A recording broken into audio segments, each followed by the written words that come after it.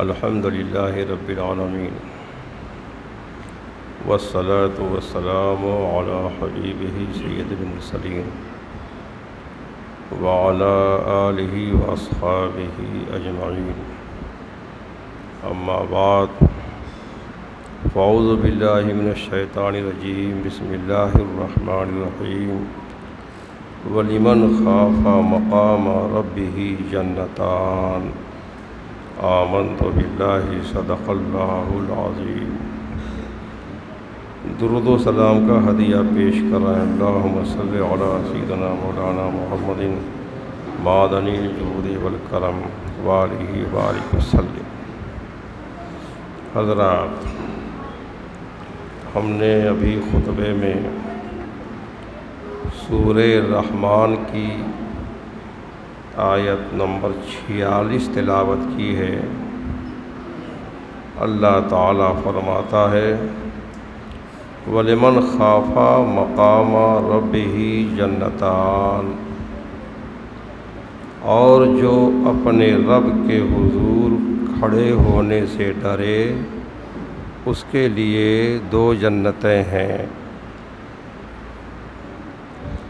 یعنی جسے اپنے رب کے حضور قیامت کے دن حساب کے لیے کھڑے ہونے کا ڈر ہو اور وہ معاصی اور گناہ ترک کرے اور فرائض بجا لائے، اس کے لیے 2 جنتیں ہیں۔ جیسے نماز کا وقت ہوا اور نفس چاہتا ہے کہ نماز نہ پڑھیں، لیکن اسے اللہ کا خوف پیدا ہو کہ قیامت میں اللہ کے حضور حاضر ہونا ہے، اس کا حساب لے گا، سوال کرے گا، اور خوف خدا کی وجہ سے وہ نماز پڑھ لے، فرائض ادا کر لے، یا کسی گناہ کے قریب ہوا، گناہ کا ارادہ کر لیا، اس کو اللہ کا عذاب یاد آ گیا کہ اللہ کے دربار میں کھڑا ہونا ہے، حساب دینا ہے، اس کا عذاب ہوگا، بس اللہ کے خوف سے اس گناہ سے وہ بچ گیا، باز رہا، تو ایسے شخص کے لیے جنتان 2 جنتیں ہیں، ایک جنت عدن اور ایک جنت نعیم۔ اور یہ بھی کہا گیا ہے کہ ایک جنت رب سے ڈرنے کا صلہ اور ایک شہوت ترک کرنے کا صلہ۔ رب سے ڈرا، رب کا خوف اس کے اندر پیدا ہوا، ایک جنت اس کا صلہ ہے، اور اپنے نفس کے خلاف اس نے کیا، اپنی خواہش کو چھوڑ دیا، ایک جنت اس کا صلہ ہے۔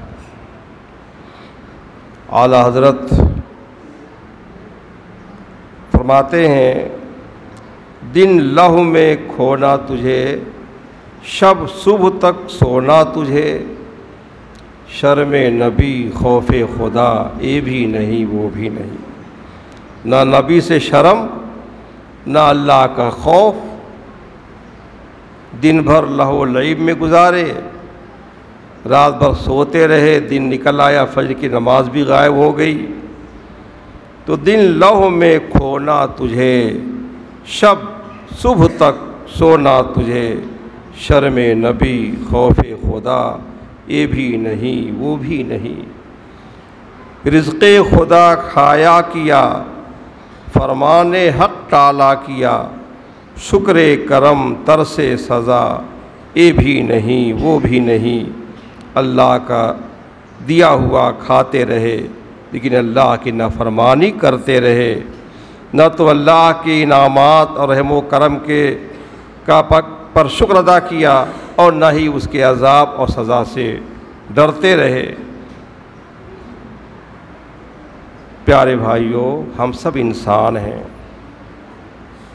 ہمیں کوئی فرشتہ نہیں ہے، کوئی نبی نہیں ہے۔ نبی سے گناہ نہیں ہوتا، فرشتوں سے گناہ نہیں ہوتا، اور انسانوں سے گناہ ہوتے ہیں، لیکن گناہ پہ اڑے نہ رہیں، شرمندہ ہوں، رب کی بارگاہ میں روئیں، گڑ گڑائیں، اپنے اندر اس کا خوف پیدا کریں، اور جب بھی اللہ سے معافی مانگیں، اپنے گناہوں سے توبہ کریں تو رونے کی کوشش کریں۔ اس کو رونا بہت پسند ہے، آنسو ہمارے بہت پسند ہیں، رونا گڑ گڑانا اللہ کو بہت پسند ہے۔ تو اللہ کے خوف میں رونا ایک عظیم الشان نیکی ہے، اور یہ مقدر والوں کا ہی حصہ ہے۔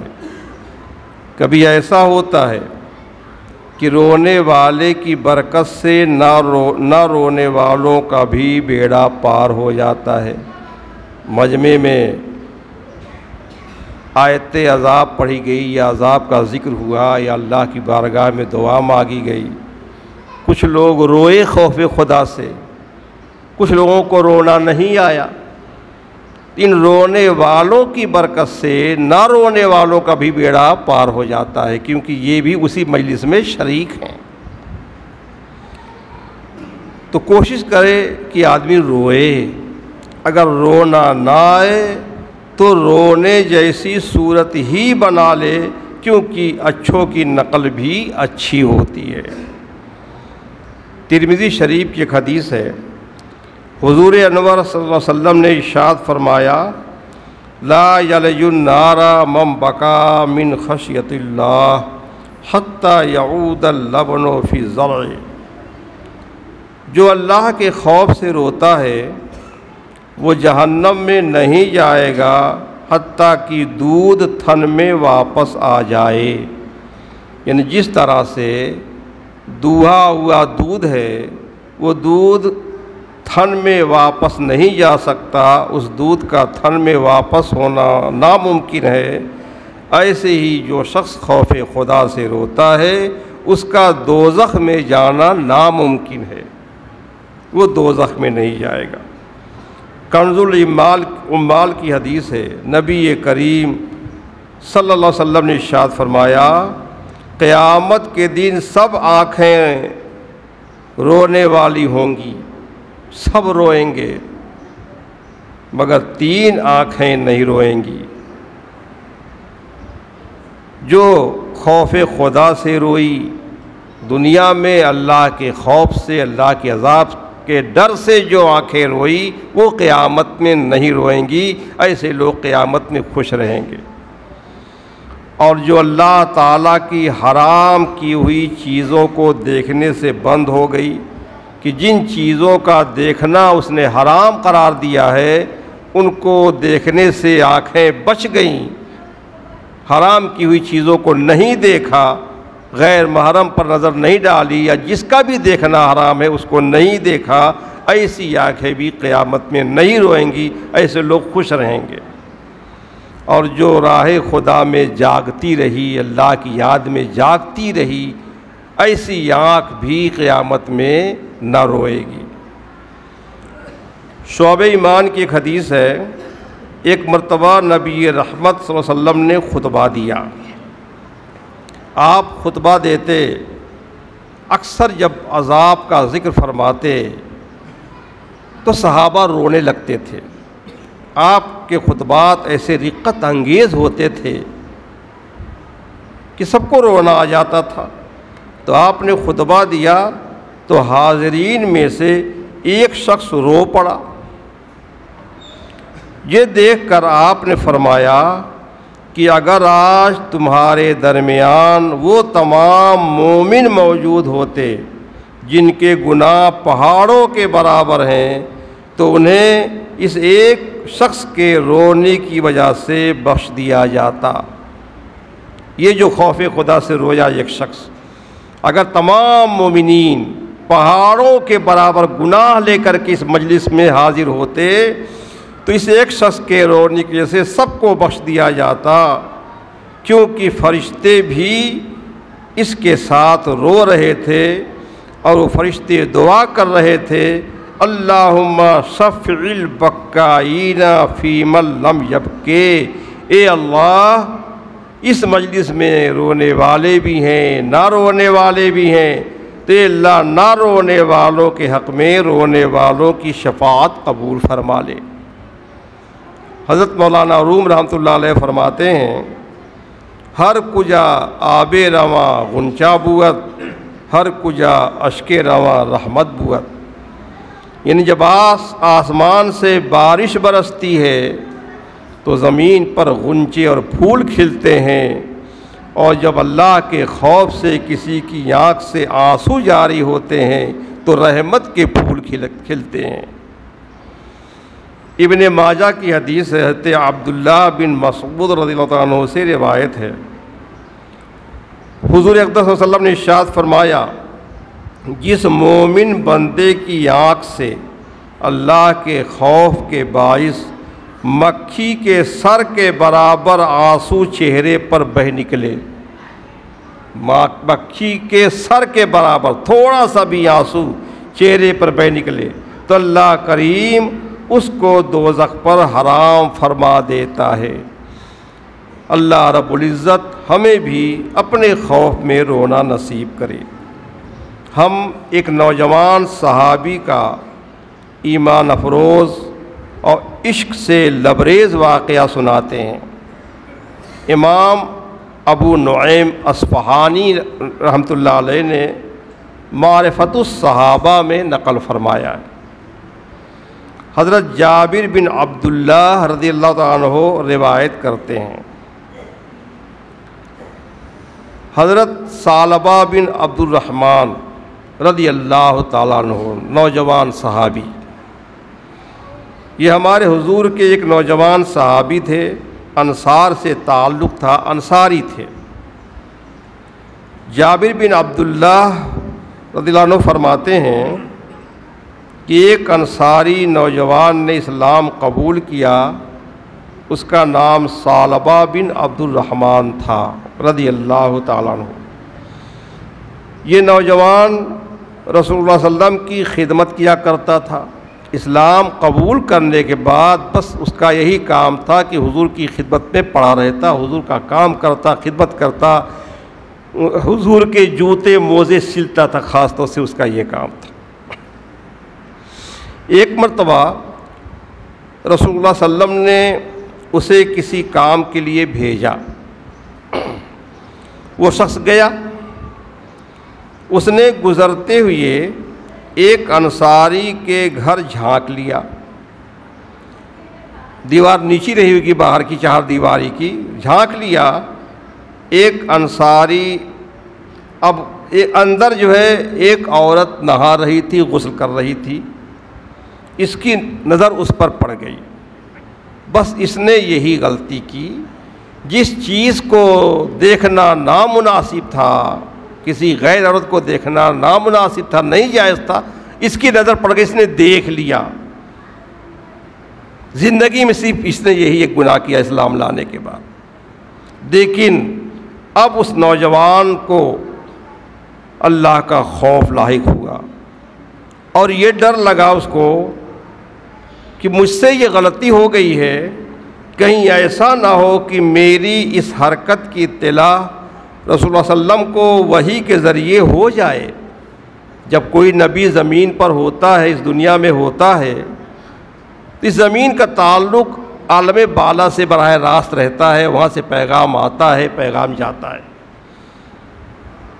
تو اس کو یہ ڈر ہوا کہ کہیں اللہ تعالیٰ وحی کے ذریعے سے اپنے نبی کو بتا دے کہ ثعلبہ نے یہ گناہ کیا ہے، تو پھر میں کون سا منہ لے کر کے اللہ کے حبیب کے دربار میں جاؤں گا۔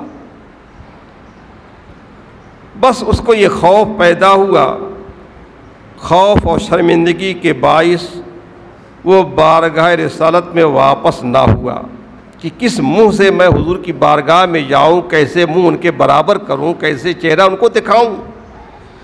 وہاں سے بھاگ کر مدینے کے پہاڑوں میں جا کر چھپ گیا۔ 40 دن تک حضور کی خدمت میں حاضر نہ ہوا، پہاڑوں میں رہتا تھا، روتا تھا، گڑگڑاتا تھا، اللہ کی بارگاہ میں فریادیں کرتا تھا۔ 40 دن تک حضور کی خدمت میں حاضر نہ ہوا تو حضرت جبریل علیہ السلام حضور کے پاس آئے اور کہا، یا رسول اللہ آپ کا رب آپ کو سلام کہتا ہے اور وہ فرماتا ہے کہ آپ کی امت میں سے ایک نوجوان شخص پہاڑوں میں مجھ سے میری پناہ مانگتا ہے۔ گناہ کیا اس نے، غلطی ہوئی اس سے، اور مجھ سے میری پناہ مانگتا ہے پہاڑوں میں، آپ کی بارگاہ میں حاضر نہ ہوا 40 دن سے۔ آپ نے حضرت عمر سے فرمایا اور حضرت سلمان سے رضی اللہ عنہما، اے عمر اے سلمان، تم دونوں جاؤ اور ثعلبہ کو تلاش کر کے لے آؤ۔ وہ دونوں ثعلبہ کی تلاش میں نکلے، ان پہاڑوں کی طرف گئے تو راستے میں مدینے کے ایک چرواہے سے ملاقات ہو گئی۔ اس چرواہے کا نام زفافہ تھا۔ اس چرواہے سے پوچھا کہ تم نے ان پہاڑوں کے دامن میں کسی نوجوان کو دیکھا ہے؟ اس چرواہے نے کہا شاید آپ لوگ جہنم کے ڈر سے بھاگے ہوئے نوجوان کے بارے میں سوال کر رہے ہیں، یعنی جو جوان اللہ کے عذاب سے ڈر کر، جہنم کے ڈر سے بھاگ کر پہاڑوں میں پناہ لے رہا ہے، شاید آپ لوگ اس نوجوان کے بارے میں سوال کر رہے ہیں۔ ان حضرات نے کہا تمہیں کیسے معلوم کہ وہ جہنم سے بھاگا ہوا ہے، اللہ کے ڈر سے بھاگ کر کے پہاڑوں میں چھپا ہوا ہے؟ چرواہے نے کہا اس لیے کہ وہ جب آدھی رات گزرتی ہے تو وہ اپنی پیشانی پر ہاتھ رکھے پہاڑوں کے دامن سے نمودار ہوتا ہے اور اس طرح صدا لگاتا ہے، اے کاش تو میری روح کو بھی روحوں میں قبض کر لیتا اور میرے جسم کو اور جسموں میں ملا دیتا اور مجھے فیصلے کے دن کے لیے مؤخر نہ رکھتا۔ اس کے کہنے کا خلاصہ یہ ہے کہ مولا مجھ سے جو خطا ہوئی، اے کاش تو میری جان لے لیتا، اس دنیا میں ابھی مجھے سزا اس کی دے دیتا، قیامت کے لیے اس کو مؤخر نہ رکھتا، قیامت میں سزا نہ دیتا، قیامت میں مجھے رسوا نہ کرتا۔ یہ روزانہ وہ کہتا ہے۔ حضرت عمر نے فرمایا ہاں ہم اسی نوجوان کی تلاش میں ہیں۔ تو چرواہا انہیں پہاڑوں کی طرف لے کر چلا۔ جب آدھی رات کا وقت ہوا تو وہ نوجوان معمول کے مطابق اپنی پیشانی پر ہاتھ رکھے نمودار ہوا اور وہی الفاظ دہرائے، اللہ کی بارگاہ میں رویا، گڑایا، وہی عرض کیا مولا تو مجھے ابھی موت دے دے، مجھے ابھی میرے گناہ کی سزا دے دے، قیامت میں مجھے رسوا نہ کرنا، اپنے حبیب کے سامنے مجھے ذلیل نہ کرنا۔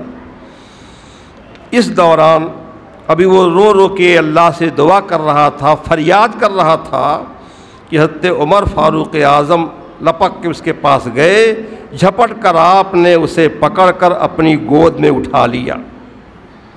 اس نے دیکھا حضرت عمر ہیں، پوچھا کہ کیا رسول اللہ کو میرے گناہ کے بارے میں معلوم پڑ گیا ہے؟ حضور نے مجھے گرفتار کرنے کے لیے بھیجا ہے۔ فرمایا یہ تو مجھے نہیں معلوم تم نے کون سی غلطی کی ہے اور اللہ کے رسول کو اللہ نے بتا دیا یا نہیں، یہ مجھے نہیں معلوم، البتہ کل شام کو حضور اقدس نے تمہیں یاد کیا ہے، پھر مجھے اور سلمان فارسی کو تمہاری تلاش میں بھیج دیا ہے کہ جاؤ ثعلبہ کو ڈھونڈ کر لاؤ۔ اس نے کہا جب حضور نے بلایا ہے تو مجھے چلنا ہی پڑے گا، پھر ایسا کرو کہ مجھے لے چلو، لیکن مجھے اس وقت بارگاہ اقدس میں پیش کرنا جب حضور نماز پڑھ رہے ہوں، جب نماز پڑھ رہے ہوں تب مجھے مسجد نبوی میں لے کر کے چلنا۔ حضرت عمر فاروق اعظم اور حضرت سلمان فارسی رضی اللہ عنہما دونوں اس کو لے کر ساتھ میں چلے اور مسجد نبوی میں نماز ہو رہی تھی، اللہ کے رسول نماز پڑھا رہے تھے، پیچھے صف میں کھڑا کر دیا۔ ثعلبہ بن عبد الرحمن نے جب حالت نماز میں رسول اللہ صلی اللہ علیہ وسلم کی تلاوت سنی تو حضور کی آواز سن کر بے ہوش ہو کر گر پڑا۔ سلام پھیرنے کے بعد جب رسول اللہ صلی اللہ علیہ وسلم نے حضرت عمر اور حضرت سلمان سے ثعلبہ کے بارے میں پوچھا کہ ثعلبہ کو لے کر آئے، ثعلبہ کہاں ہے؟ تو عرض کیا یا رسول اللہ یہ رہا ثعلبہ بے ہوش پڑا ہوا ہے۔ اللہ کے رسول صلی اللہ علیہ وسلم اس کے پاس گئے، آپ نے اسے ہلایا تو وہ ہوش میں آیا۔ آپ نے فرمایا تجھے کس چیز نے مجھ سے غائب کر دیا تھا؟ تم کہاں چلے گئے تھے؟ 40 دن تک تم میرے پاس نہیں آئے، کس چیز نے تم کو مجھ سے غائب کر دیا تھا؟ اس نے عرض کیا یا رسول اللہ میرے گناہ نے مجھ سے غلطی ہو گئی۔ آپ نے اسے تسلی دی، فرمایا کیا میں تجھے وہ آیت نہ بتا دوں جو چھوٹے بڑے تمام گناہوں کی معافی کا سبب ہے؟ وہ آیت تم پڑھو، اللہ کی بارگاہ میں دعا مانگو، وہ آیت دعا ہی ہے، اللہ تعالیٰ تمہارے چھوٹے بڑے گناہ معاف فرما دے گا۔ عرض کیا یا رسول اللہ بتا دیں کون سی آیت ہے؟ آپ نے فرمایا تم یہ کہو ربنا آتنا فی الدنیا حسنۃ وفی الآخرۃ حسنۃ وقنا عذاب النار۔ کتنی جامع دعا ہے، اے رب ہمیں دنیا میں بھی بھلائی دے اور آخرت میں بھی بھلائی دے اور ہمیں جہنم کے عذاب سے بچا۔ ایک شعر علاسط کا ڈر تھا کہ عصیاں کی سزا اب ہوگی یا روز جزا۔ ہمیشہ ڈر لگتا تھا جو ہم نے گناہ کیا ہے، عصیاں مانے گناہ، اس کی سزا اب ہوگی، دنیا ہی میں ہوگی یا روز جزا یعنی قیامت کے دن ہوگی۔ کسی گناہ کی سزا دنیا مل جاتی ہے، کسی گناہ کی سزا آخرت میں ملتی ہے۔ تو ڈر تھا کہ عصیاں کی سزا اب ہوگی یا روز جزا، دی ان کی رحمت نے صدا، اے بھی نہیں وہ بھی نہیں، انشاءاللہ نہ یہاں سزا ملے گی نہ وہاں ملے گی۔ تو ربنا آتنا کا مطلب یہی ہے کہ مولا دنیا میں بھی بھلائی دے اور آخرت میں بھی بھلائی دے اور ہمیں جہنم کے عذاب سے بچا۔ جب حضور نے آیت بتائی تو ثعلبہ بن عبد الرحمن نے کہا یا رسول اللہ میرا گناہ بہت بڑا ہے۔ آپ سوچیں صرف ایک غلطی ہوئی ہے، غلط نگاہ اٹھ گئی ہے بس، لیکن خوف خدا کا یہ حال ہے، رسول سے شرم کا یہ حال ہے۔ تو اس نے کہا میرا گناہ بہت بڑا ہے۔ حضور نے فرمایا نہیں بلکہ اللہ کا کلام بہت بڑا ہے، اللہ کی رحمت بہت بڑی ہے۔ پھر آپ نے اس سے فرمایا کہ تم جاؤ گھر آرام کرو، اس کو گھر جانے کا حکم دیا۔ اس کے بعد یہ نوجوان 8 دن تک بیمار پڑا رہا۔ اطلاع ملنے پہ سلمان فارسی بارگاہ رسالت میں حاضر ہوئے، عرض کیا یا رسول اللہ گناہ کے احساس نے ثعلبہ کو بیمار کر ڈالا ہے، وہ بیمار ہے، سخت بیمار ہے۔ اللہ کے رسول نے ارشاد فرمایا چلو ابھی چلتے ہیں ثعلبہ کی عیادت کرنے کے لیے۔ حضور اقدس ثعلبہ کے پاس تشریف لائے، ثعلبہ بیمار ہے، حضور نے اس کا سر اٹھا کر اپنی گود میں دے لیا۔ کتنا خوش نصیب ہے وہ نوجوان۔ ثعلبہ نے اپنا سر ہٹا لیا۔ حضور نے فرمایا تم نے کیوں اپنا سر ہماری گود سے ہٹا لیا؟ اس نے کہا یا رسول اللہ یہ سر گناہ سے بھرا ہوا ہے، آپ کی گود انتہائی پاک اور صاف ہے، میرا سر اس لائق نہیں ہے کہ اپنی گود میں لیں۔ آپ نے پوچھا ثعلبہ تکلیف کیا ہے؟ اس نے بتایا کہ میرے گوشت پوست اور کھالوں میں چونٹیاں دوڑ رہی ہیں۔ آپ نے پوچھا تمہاری خواہش کیا ہے؟ اس نے کہا بس رب تعالیٰ سے مغفرت کی تمنا رکھتا ہوں، میرے رب کی طرف سے بخشش کا پروانہ مل جائے اور بس میرا رب مجھے معاف کر دے، مجھے بخش دے، اور کچھ میری تمنا نہیں ہے۔ بس اتنے میں حضرت جبریل علیہ السلام نازل ہوئے۔ یہ ایسا خوش نصیب جوان ہے کہ اس کے سلسلے میں حضرت جبریل 2 بار آئے۔ ایک بار بتانے کے لیے کہ رسول اللہ آپ کی امت کا ایک نوجوان بھاگا ہوا ہے، ایک مرتبہ آج خوشخبری دینے کے لیے آئے۔ حضرت جبریل امین نازل ہوئے اور کہا یا رسول اللہ آپ کا رب آپ کو سلام کہتا ہے اور کہتا ہے کہ میرا یہ بندہ اگر زمین کے بقدر بھی گناہ لے کر آتا تو میں اسی مقدار میں اپنی رحمت اور مغفرت کے ساتھ اس کا استقبال کرتا۔ جتنے زیادہ گناہ لے کر آتا اتنی رحمت لے کر کے، بخشش لے کر کے میں اس کا استقبال کرتا۔ جب اللہ کے رسول نے اس کو یہ خبر سنائی، اس نوجوان نے ایک چیخ ماری اور اپنے رب کو اپنی جان دے دی۔ ثعلبہ بن عبد الرحمن کی تجہیز اور تکفین کا حکم دیا حضور نے، اور نماز جنازہ آپ نے پڑھائی۔ اس کے بعد اسے لے کر نکلے۔ حضرت جابر راوی کہتے ہیں ہم نے دیکھا کہ رسول اللہ صلی اللہ علیہ وسلم چلتے ہوئے انتہائی احتیاط کے ساتھ پورا پاؤں زمین پر رکھنے کے بجائے پنجوں کے بل چل رہے تھے۔ جنازے میں چل رہے تھے، پنجوں کے بل پر چل رہے تھے، ایڑیاں اٹھا اٹھا کے آپ چل رہے تھے، جبکہ آپ کا طریقہ یہ تک ہمیشہ زمین پر نقشے پا جما کے چلا کرتے تھے، لیکن آج جو ہے پنجوں کے بل چل رہے تھے۔ دفن کرنے کے بعد اللہ کے رسول صلی اللہ علیہ وسلم سے اس کی وجہ پوچھی گئی کہ حضور آپ کے چلنے کا انداز آج نرالا تھا، آپ پنجوں کے بل چل رہے تھے، ایڑیاں اٹھا اٹھا کے چل رہے تھے۔ تو ارشاد فرمایا قسم ہے اس ذات کی جس نے مجھے سچا نبی بنا کر بھیجا ہے، وجہ یہ تھی کہ ثعلبہ کے جنازے کے ساتھ چلنے کے لیے آسمان سے اس قدر فرشتے نازل ہوئے کہ زمین پر پاؤں رکھنا مشکل تھا۔ جہاں جگہ ملتی تھی میں پاؤں وہاں رکھتا تھا، پورا پاؤں رکھنے کی کہیں جگہ ہی نہیں مل رہی تھی، اتنی کثرت سے فرشتے جنازے میں شریک تھے۔ بھائیو، اس واقعے میں ہمارے لیے ایک عبرت ہے، غور کریں۔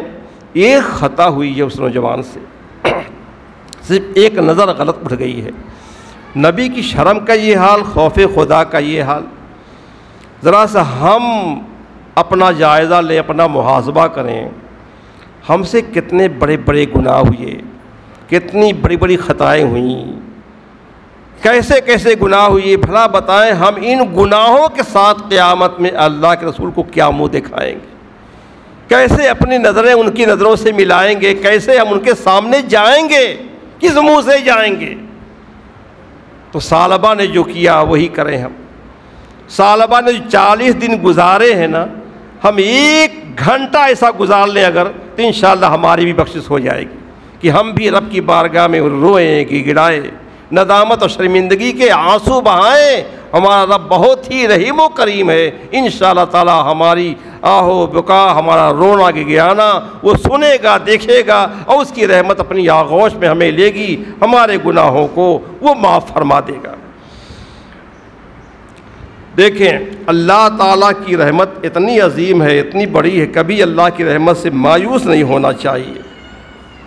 جو کچھ بھی گناہ ہوئے، اپنے رب کے عذاب کے ڈر سے ہم کانپ جائیں، روئیں، گڑگڑائیں، اس کی رحمت سے نا امید نہ ہو، بڑا مہربان ہے، رحم فرمانے والا ہے۔ ایک دن حضرت موسیٰ علیہ السلام نے اللہ تعالیٰ سے عرض کیا، یا اللہ میں تیری رحمت اور انسان کے گناہ دیکھنا چاہتا ہوں، تیری رحمت کتنی عظیم ہے، اور اس کے سامنے انسان کے گناہ کی حیثیت کیا ہے۔ اللہ تعالیٰ نے فرمایا موسیٰ پیچھے دیکھو۔ دیکھا تو ایک بہت بڑا سمندر ہے، اور سمندر میں ایک درخت ہے، اور اس پر ایک چڑیا اپنے منہ میں مٹی لے کر بیٹھی ہے۔ حضرت موسیٰ علیہ السلام نے عرض کیا، یا اللہ یہ کیا ہے؟ اللہ نے فرمایا یہ سمندر میری رحمت ہے، اور یہ درخت دنیا ہے، یہ چڑیا انسان ہے، اور اس کے منہ میں تھوڑی سی جو مٹی ہے وہ اس کے تھوڑے سے گناہ ہے۔ اگر یہ اپنا منہ کھول کر مٹی پانی میں گرا دے تو میری رحمت کو کیا فرق پڑے گا؟ کیا فرق پڑے گا؟ تو کیوں نہ ہو کہ انسان اپنے گناہوں سے توبہ کرے، میں اس کو معاف کروں۔ تو چاہتا ہے کہ میرا بندہ مجھ سے صلح کرے، مجھ سے معافی مانگے، میں اس کو معاف کروں۔ جو معافی نہیں مانگتا، گناہ کرتا ہے، گناہ پہ اڑا رہتا ہے، اللہ اس سے بہت ناراض ہوتا ہے۔ وہ چاہتا ہے میرا بندہ مجھ سے دور کیوں بھاگتا ہے، میرا بندہ ہے، میں اس کا رب ہوں، وہ آئے میرے پاس، مجھ سے کہے، مجھ سے معافی مانگے۔ بھائیو مانگو، اللہ سے معافی مانگو، گناہوں سے توبہ کرو، اپنے لیے اور دنیا کے سارے مسلمانوں کے لیے آپ حضرات دعا کریں۔ اللہ تعالیٰ ہم سب کی مغفرت فرمائے، اور ہم سب اللہ کی بارگاہ میں عرض کرتے ہیں لاج رکھ لے گناہ گاروں کی، نام رحمان ہے تیرا یا رب، عیب میرے نہ کھول محشر میں، نام ستار ہے تیرا یا رب، بے سبب بخش دے نہ پوچھ عمل، نام غفار ہے تیرا یا رب، تو کریم ہے اور کریم بھی ایسا کہ نہیں جس کا دوسرا یا رب، تو نے میرے ذلیل ہاتھوں میں دامن مصطفیٰ دیا یا رب، یا رب اسی دامن حبیب کے صدقے میں ہم سب گنہگاروں کو بخش دے۔